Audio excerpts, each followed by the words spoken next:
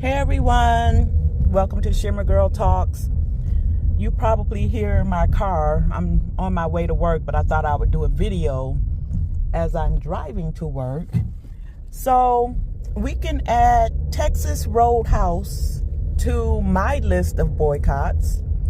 And I can honestly tell you, I haven't been to a Texas Roadhouse in many moons, if at all, because that was never one of my go-to restaurants.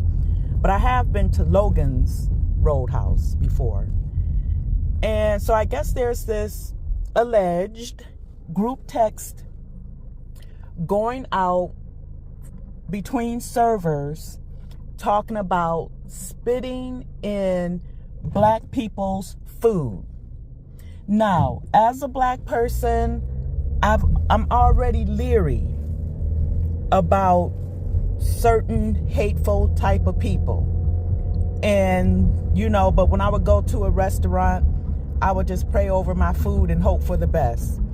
But I can honestly tell you, in the past month, I've made a conscious effort, not because of Texas Roadhouse, but because on TikTok, that's the good thing about social media, is it exposes a lot of things that's going on. So on TikTok, I've been seeing disgusting videos of what people do to food in the, behind the scenes. You had a guy filming himself farting on chicken at Popeyes. You had a woman who was seen taking the customer's drink into the bathroom. And I've known people over the years who've worked in restaurants. Now, I know for a fact they weren't doing this, but they've seen people spitting in somebody's shake or somebody's pizza. I knew a woman who said when she worked at Big Boys many moons ago, you're looking at maybe 40 years ago, she said the males would play with their penises and then go to prepare the food for the people. She didn't last there long. But let's go back to Texas Roadhouse. I think that's utterly disgusting. If you are that evil, you don't need to be working around food. And I don't care how upset or angry I get with anybody, I would never indoctrinate their food. I don't think that's the word I want to use. Tamper with their food. I would never. Because I'm real, leery over my food. And, grandma didn't play that. She didn't even want you handling mayonnaise if your hands were wet, because the water would drip into the mayonnaise jar or whatever. So I think that that's disgusting and it's evil. And I remember going to a restaurant. I'm not going to put them on blast only because I sent an anonymous letter. This was a few years back now. I sent it to the health department. I sent it to the CEO. I sent it to the actual restaurant because I didn't want nothing in return. I just wanted a paper trail just in case other black people have an issue. So I went to this popular restaurant that black people do like to go to. And I was the only black person at the table, yet I was the only one that got severely sick and food poisoning. And I remember the staff, the cook came rushing from the back, and I thought that was strange. But it wasn't until a little bit later after I got sick, I put two and two together. So switching gears real quick, like when, back during civil rights, when black people wanted to fight to eat at the whites only counter, which, looking at it from today's point of view, like, how dumb were you guys? And this black man was an older black man. He said the food wasn't even that good anyway. Why would you want to go sit at a whites only counter back in the 50s or 60s, whenever this happened, at the height of racism? Ain't no telling what those people did to that food. So my husband can tell you, I made a concerted effort in the past month, like I said, to just make my own food at home. And it wasn't like I was eating out that much anyway, but even once can be too much.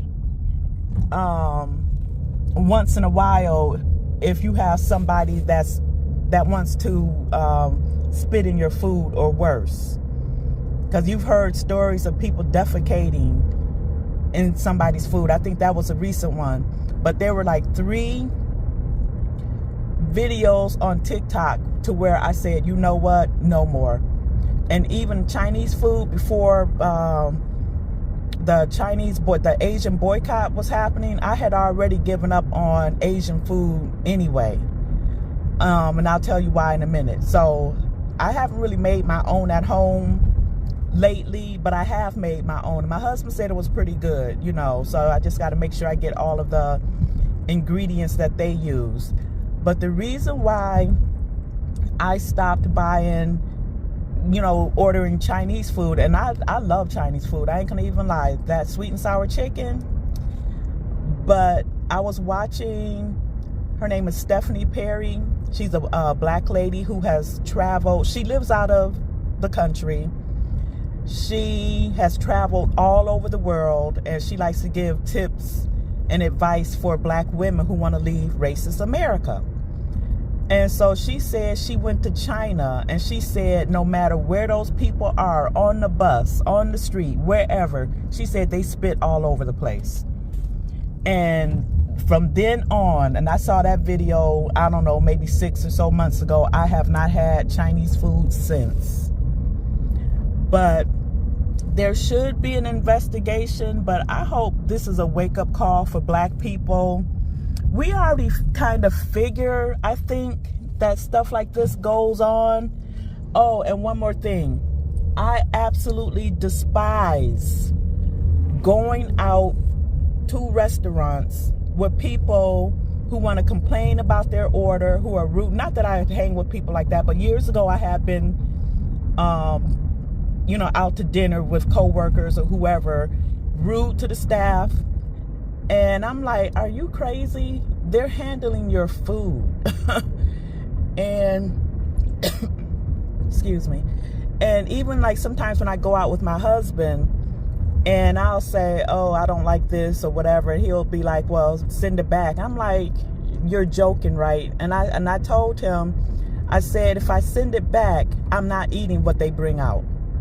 You know, my husband doesn't have a pessimistic view of the world the way that I do. And I told him one day, I said, I love that for you, that, you know, you don't have, you know, such an abysmal view of human nature. And I wasn't being shady or trying to be funny, but he doesn't. I do, you know, but that's my topic. Tell me what you think, and I'll talk to you later.